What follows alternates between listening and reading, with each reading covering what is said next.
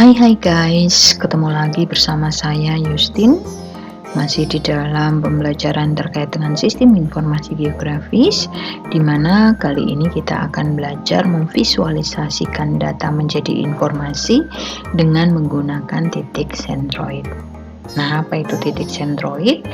Titik sentroid ini merupakan titik tengah dari suatu wilayah atau geografis, jadi nanti titiknya akan muncul di tengah-tengah sebuah wilayah, di mana data yang ada di dalam poligon itu akan didefinisikan dalam layar point atau titik dan bukan poligon, sehingga dalam prosesnya nanti akan membentuk satu layar baru.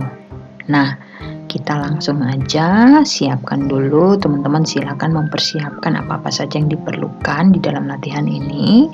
Silakan teman-teman bisa buka gigisnya, kemudian peta yang teman-teman punya, kemudian teman-teman bisa masukkan data dulu, terserah itu mau data apa, data COVID pun bisa. Nah, di sini saya menggunakan peta Kota Semarang berdasarkan kelurahan, dan kebetulan data yang saya punya saat ini adalah poin atau jumlah iklan rokok per kelurahan. Nah, teman-teman silakan mau pakai apa saja. Kebetulan di sini saya data poinnya dalam bentuk Excel, jadi saya sudah melakukan join tabel.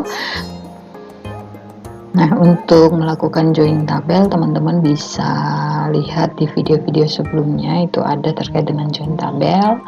Kemudian kalau sudah teman-teman punya peta, punya data, bisa kita langsung melakukan analisis sentroid gitu, visualisasi sentroid. Caranya adalah di menu vektor. Ini ada namanya perarutan geometri atau geometry tools. Di sini teman-teman bisa memilih yang sentroid. Nah, kalau sudah, teman-teman bisa masukkan input layernya dengan peta yang kita akan menggambarkan datanya, memvisualisasikan datanya. Kemudian teman-teman tidak perlu mencentang klik sentroid for each part. Ini kalau nanti ada peta-peta atau pulau-pulau kecil di sekitar ini juga akan muncul, padahal kadang-kadang pulau-pulau kecil itu masih dalam satu kabupaten atau dalam satu kecamatan yang sama, sehingga nanti memunculkan banyak sekali titik. Jadi kita tidak perlu membuat itu. Kemudian jangan lupa untuk titik sentroidnya akan disimpan di sebelah mananya, di penyimpanan teman-teman. Nah, di sini teman-teman bisa klik kotak yang ada di sebelah kanan, kemudian pilih save to file, kemudian jangan lupa untuk menyimpannya dalam bentuk save file atau SHP. Nah, di sini saya coba dengan titik sentroid,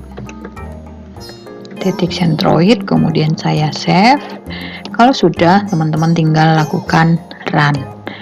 Nah, begitu run selesai, muncul satu layar baru di paling atas. Ini adalah titik sentroid. Nah, kebetulan titik sentroidnya ini tidak ada yang di luar poligonnya. Nah, kalau di luar poligon, teman-teman bisa melakukan edit atau memindahkannya masuk ke dalam poligon. Nah, contohnya bagaimana kalau kita mau memasukkan titiknya ke dalam poligon atau menggeser titik di dalam poligonnya. Caranya adalah teman-teman klik dulu yang akan diedit. Di sini adalah titik sentroid. Kemudian teman-teman klik toggle editing. Kalau sudah, teman-teman bisa menggunakan vertex tools di sini. Teman-teman letakkan, kemudian teman-teman geser. Sudah bisa bergeser. Caranya mudah ya kalau untuk mengedit atau memindah titik sentroidnya. Apalagi yang harus dilakukan? Nah, kita lihat dulu di dalam titik sentroid yang terbentuk di dalam layar baru ini, atributnya apa. Jadi di dalam atribut titik sentroid yang sudah terbentuk sama persis seperti yang ada pada layer polygon tadi. Kemudian kita tinggal melakukan styling dengan klik kanan, pilih properties. Kemudian di sini kita mulai mengatur simbolnya. Nah, di sini teman-teman ganti single simbolnya menjadi graduated. Nah, teman-teman harus ingat bahwa graduated ini hanya membaca value-nya yang berbentuk numeric, nomor. Jadi di dalam tabel teman-teman harus berupa numeric yang akan terbaca. Di sini ada data PNT, CNT punya saya. Kemudian kalau sudah, kemudian jangan lupa yang penting adalah method ini diganti dari color menjadi size. Kemudian kalau sudah, berapa classes yang akan teman-teman bentuk.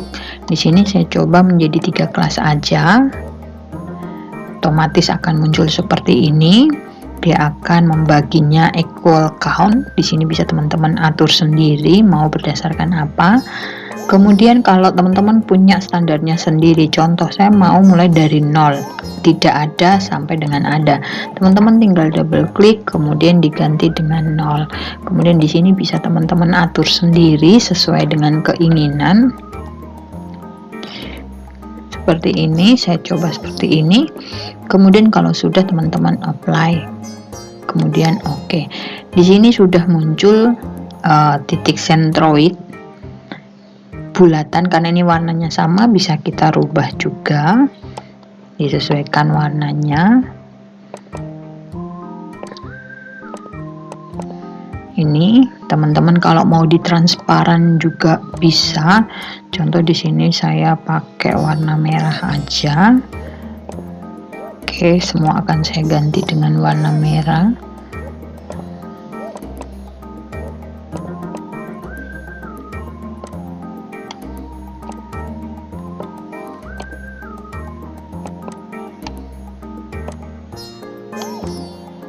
Kalau sudah oke, apply.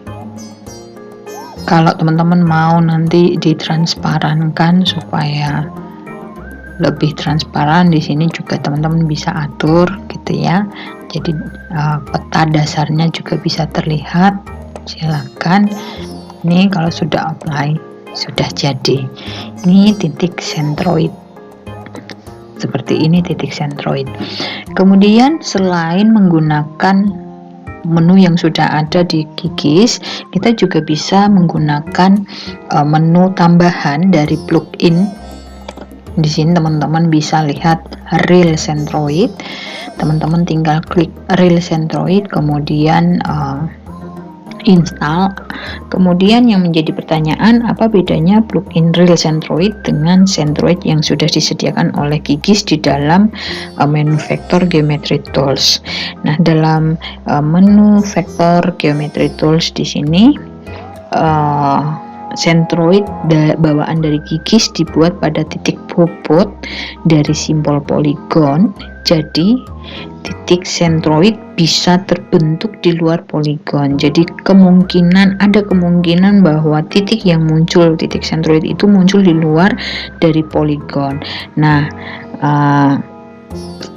contoh kalau kita lihat negara Indonesia ini berbagai pulau, ada yang bentuknya cekungan, ada yang wilayahnya itu multipoligon, artinya dia masuk di dalam satu kecamatan tetapi terpisah pulau gitu. Itu juga bisa. Nah, itu nanti dia akan ada di tengah-tengahnya, jadi dia akan keluar dari wilayah atau poligonnya. Nah, dengan Real Centroid ini akan menempatkan titik selalu di dalam poligon. Itu kelebihannya. Tetapi kekurangan dari Real Centroid adalah ketika kita membentuk titik centroid, tidak otomatis data yang ada di join tabel itu muncul secara otomatis di dalam titik centroidnya, sehingga kita perlu save as lagi sebelum memulai analisis. Di sini saya contohkan, saya sudah install, dia ada di toolbar saya, Real Centroid. Ini kita pakai Kelurahan Semarang, kemudian kita simpan dulu. real centroid, saya contohkan namanya seperti ini, kemudian saya save, kemudian saya oke. Dia muncul satu layar di atasnya, kemudian mau bukti bahwa apa yang ada di kelurahan yang sudah di join tabel ini muncul atau tidak di real centroidnya. Saya buka atribut tabelnya nih, teman-teman lihat tidak muncul ya. Oleh karena itu saya save as dulu kelurahan ini sebagai SHP dengan join tabel tersebut. Di sini saya klik Semarang dengan data, kemudian saya save, kemudian saya oke. Semarang dengan data muncul. Nah, saya akan menggunakan real centroidnya menggunakan Semarang dengan data ya. Di sini saya pakai Semarang dengan data, kemudian saya real centroid, saya save, kemudian saya oke. Kita lihat hasilnya. Pada atribut tabel sudah muncul teman-teman. Kalau sudah, berikutnya hal yang sama dilakukan, yaitu dengan klik properties, kemudian simbolnya diatur. Begitu terkait dengan titik centroid. Jadi titik centroid ini besar kecilnya titik akan menunjukkan banyak tidaknya kasus atau data yang kita punya. Sampai di sini dulu, sampai ketemu lagi di video-video berikutnya. Sampai jumpa.